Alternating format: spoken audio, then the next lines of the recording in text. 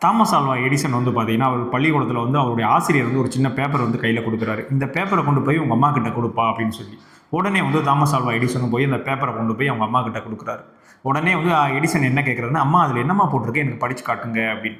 உடனே வந்து அவங்க அம்மா படிக்கிறாங்க அந்த பேப்பர்ல. "இல்லப்பா, நீ வந்து ஒரு மேத. உனக்கு சொல்லி தர அளவுக்கு வந்து இந்த ஸ்கூல்ல இருக்க டீச்சர்ஸும் வந்து அவ்வளோ அறிவு கிடையாது. அதனால வந்து உன்னைய வந்து வேற ஸ்கூல்ல வந்து சேர்க்க சொல்றாங்க" அப்படின்ற மாரி போட்டிருக்கு. இதெல்லாம் கேட்டோனே வந்து தாமஸ் ஆல்வா எடிசனுக்கு வந்து ரொம்பவுமே வந்து ஒரு மாரி மகிழ்ச்சியா இருக்கு. நம்ம இவ்வளோ பெரிய இன்டெலிஜென்ட்டா அப்படின்னு சொல்லி.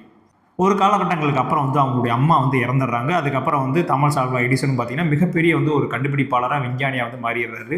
ஒரு காலகட்டத்தில வந்து சேர்ல வந்து அவர் உட்கார்ந்திருக்காரு. அப்ப சைடுல ஒரு ட்ராவ இழுக்குறாரு. அந்த ட்ரால வந்து ஒரு சின்ன காகிதம் இருக்கு. அது என்ன காகிதம் அப்படின்னு வந்து பார்த்தீங்கன்னா, சிறு வயசுல அந்த வாத்தியார் வந்து தாமஸ் ஆல்வா எடிசன் குடுத்த அந்த காகிதம். "இத தான் நான் அம்மா படிச்சு காட்டுனாங்க" அப்படின்னு சொல்லிட்டு அந்த காகிதத்த எடுத்து விரிச்சு படிச்சாரு. ஆக்சுவலா அதுல என்ன போட்டிருந்துச்சு அப்படின்னா, "உங்க பையன் வந்து மனநலம் பாதிக்கப்பட்டவன். இவனால வந்து எதையுமே வந்து கத்துக்கிற முடியாது. தயவு செஞ்சு இவன நீங்க வீட்லயே வச்சுக்கங்க" அப்படின்ற மாரி அந்த காகிதத்துல எழுதிருந்துச்சு.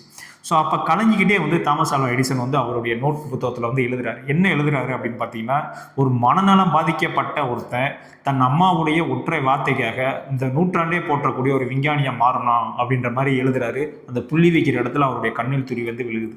எப்பவுமே பாசிட்டிவான வார்த்தைகள் வந்து உங்களையுமே வந்து பாசிட்டிவா, மோட்டிவேட்டா முன்னோக்கி செலுத்திக்கிட்டே தான் இருக்கும்.